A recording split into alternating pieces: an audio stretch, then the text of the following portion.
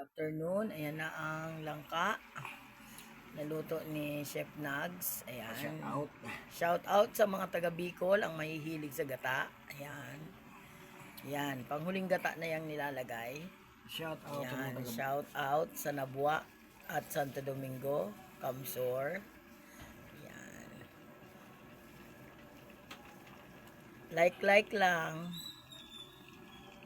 Heart lang sa masarap na gata na langka. Shout out sa mga taga Bicol. Okay. Tingin na. Shout out to Chef Nags. Okay.